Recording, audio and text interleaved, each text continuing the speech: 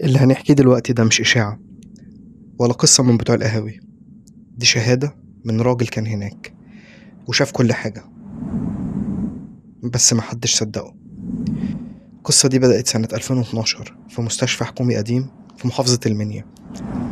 المستشفى ده كان فيه جناح مهجور من 15 سنة، محدش بيدخله وبيسموه الطابق التاني القديم. الممرضة سلوى عبد السلام عندها 26 سنة، كانت لسه متعينة جديد في المستشفى. بنت شاطرة جدعة، كل اللي بيشتغل معاها بيحبها. في أول أسبوع ليها لاحظت إن في أوضة مكتوب عليها برقم صغير جدا 13، والممرضة الكبيرة قالت لها ابعدي عن الأوضة دي فيها لعنة. سلوى طبعا ضحكت وما صدقتش وقالت هو احنا في فيلم رعب ولا ايه؟ بس الكلام ما كانش هزار، لأن الأوضة دي حصل فيها حاجة زمان محدش حابب يتكلم عنها.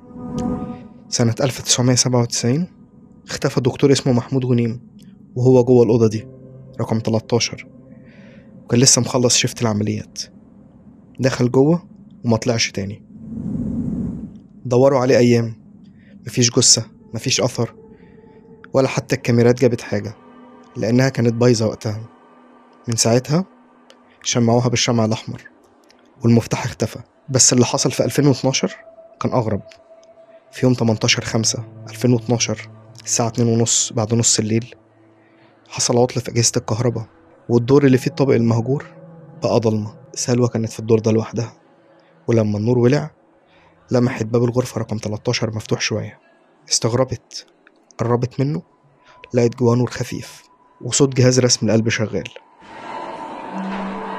دخلت بخطوة بطيئة تلاقي نفسها في وسط أوضة بيضة ريحتها شبه ريحة أوض العمليات، بس مفيش حد.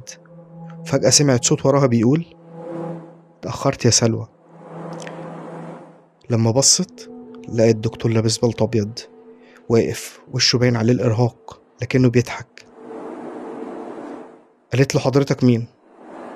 قال لها بهدوء أنا محمود اللي مستنيكي من سنين. سلوى اتجمدت في مكانها. قال لها كلنا محبوسين هنا وكل واحد هيجي دوره في وقته. قبل ما تلحق تسأل حصل فلاش نور قوي وسلوى وقعت على الأرض. لما صحيت لقيت نفسها في الطابق الأرضي وسط زمايلها اللي كانوا بيحاولوا يفوقوها. قالت لهم اللي شافته بس محدش صدقها. بس لما الشرطة وصلت فتشت لقوا حاجة تخص ملف دكتور محمود غنيم، كانت جوه الغرفة وبصمات سلوى عليها.